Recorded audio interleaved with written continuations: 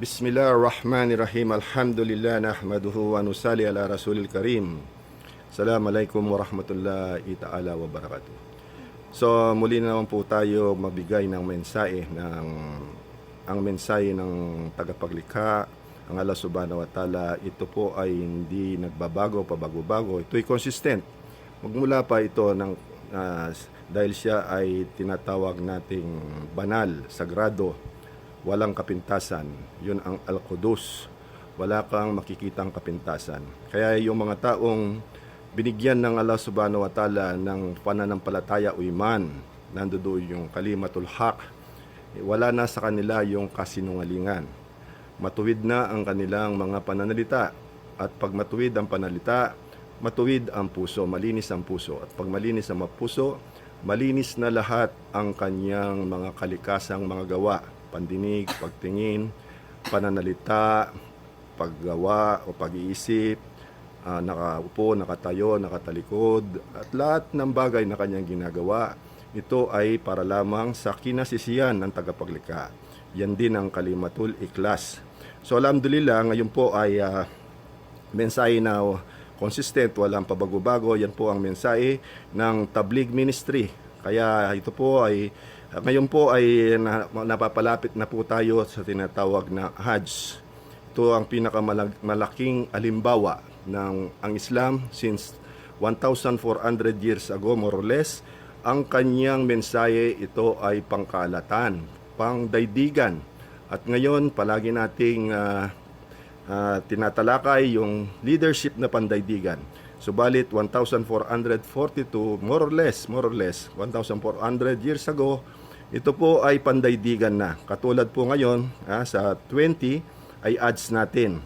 Lahat ng tribo, lahat ng bansa, lahat ng taong may kakayaan ay pumupunta sa ads. At sa ads, sinasabi labaik, Allahumma labaik, labaik la syarika la labaik, inal hamda wa namata. Hanggang sa kanyang kahulugan. O Allah, nandito na ako, magserbisyo sa iyo. O Allah, narito na ako. Here I am to serve you. Narito. Kaya po ang Islam, ito po ang the highest form of services. Services to humanity is the highest form of worship. Dahil ang ads, ito po ay ito ang ugali ng ads ay magkidmat, gamitin ang kayamanan at ang buhay sa kinasisiyan ng Allah. Gastusin ang kayamanan, gastusin ang sarili. Yan po yung tinatawag na aji. Kaya ngayon po ay pandemic tayo. Ito po ay binigyan ng desisyon ng Tabligh Ministry, pandaigdigan, na ang lahat ng amal ngayon, lahat ng amal na ay pwede nang gawin sa tinatawag na micro sa ating masjid. Yung 24 hours na nag-aamal yung Madina Munawwara at saka yung tinatawag nating pagsasambayang na yung tinatawag na human welfare, discussion ng human welfare, promotion of human welfare, opportunity of learning the human welfare, the infinity, yung unlimited human welfare, yan po ay nasa masjid. Ngayon po, nagdesisyon na po ang tinatawag nating Tabligh Ministry na pwedeng ganapin ito sa ating mga masjid.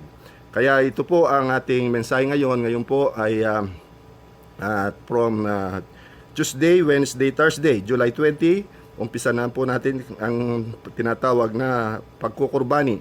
Kaya ngayon po ay meron tayong darating na recognition na sa sagradong lugar ng Nabuklod ay nagkaroon na po ng desisyon na gagawin sa July 22. July 22 ang recognition ng Pampanga Federation Muslim Community in Pampanga at sa basbas ng tinatawag nating recognition of the Executive Order number 70 ng effort na ginawa ng NCMF at saka yung Task Force sa Police ay binubuo po natin ngayon, nag-uumpisa na nagbubuo ng institusyon.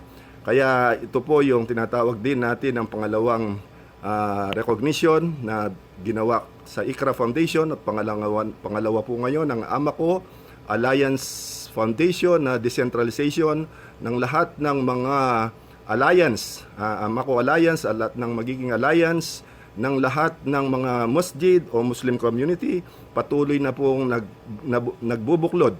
Kaya ito po ang napakagandang mensahe ngayon na sa July 22, Thursday, magbuklod-buklod po. Nag-uumpisa na yung tinatawag nating banding ng pagkakaisa. Ganyan po yung ads. Kaya sinabi ng Rasul sallallahu alaihi wasallam, o sinabi ng Allah subhanahu wa ta'ala sa Quran, sundin nyo ang Allah subhanahu wa ta'ala at ang kanyang sugo, at huwag kayong mag-alitan, huwag kayong magdibatiyan, huwag kayong magpaliitan o mag-awayan sa inyong mga sarili. Dahil ang inyong puso ay mawawala ng lakas at mawawala kayo ng tinatawag na might, lakas ng Allah subhanahu wa ta'ala.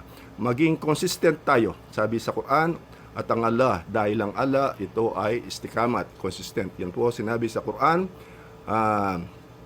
Kabanata chapter Anfal 8:46. Yan po ang sinabi sa Quran. At sinabi rin sa Quran, humigit kumulang, na sinasabi, ang di mananampalataya ay sila ay mga alliance, nag-uugnayan, gumagawa sila ng paraan kung paano yung mangibabaw ang kapayapaan. Nagpapagitna sila sa kapayapaan. At kung kayo, mga Muslim, hindi nyo ginawa yan, darating ang malalaking dilubyo. Kaya po, iwasan po natin ang mag-alitan, iwasan ang itakwil mo ang iyong kapatid. Iwasan, dahil sa buwan na Ramadan, lahat ng ginawa mo Ramadan, 30 days, ay walang kwenta. Sa maliban lamang kapag gumawa ka ng pag-iinakit, ill-tempered, ill will sa iyong puso na pinutol mo ang relasyon mo sa kapatid mo. At saka hindi ka masunurin sa iyong magulang. Ganyan din ang pag-a-ads. Wala pong kwenta ang ating pag-ads, pagsasambayang, lahat ng mabubuting amal.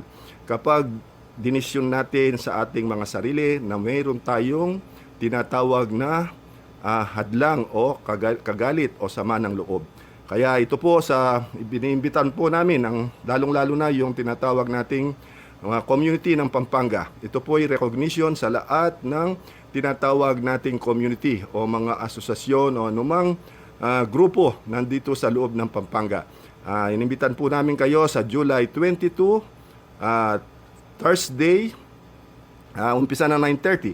Pero pagkatapos po ng ang Eid at pati po yung Eid, gaganapin doon sa simula sa Tuesday, patapos Wednesday, tuloy-tuloy po yan dahil 3 araw po ang Eid na gaganapin sa tinatawag nating celebration. Kaya ang attachment po rito ay nandito yung invitation na nakapaloob dito po sa mensahe na ito, at lahat po tayo ay manalangin sa tagapaglikha na buksan niya ang pagkakaisa ng ummah. Pag sinabi nating ummah, isang katawan lang po tayo. Isang katawan. Ang katawan, meron siyang kamay, meron siyang paa. Lahat tayo ay tao. Lahat ng tao ay magkakaisa. Wala tayong pinipili, mahirap man, mayaman, o anumang klaseng tribo. Yan po ang pagpapagitna ng kapayapaan. Inshallah, sa muling bigyan po tayo ng tagapaglikha na maging halimbawa, lalong-lalo na itong institusyon na tinatayo sa sagradong lugar ng IPRA, yung tinatawag nating indigenous people, na palakasin po natin ang mga mahihina. At sinabi rin ng Rasul sallallahu alaihi wasallam, yung mga nahuli, sila ang darating na panahon na sila ang magiging modelo. Inshallah.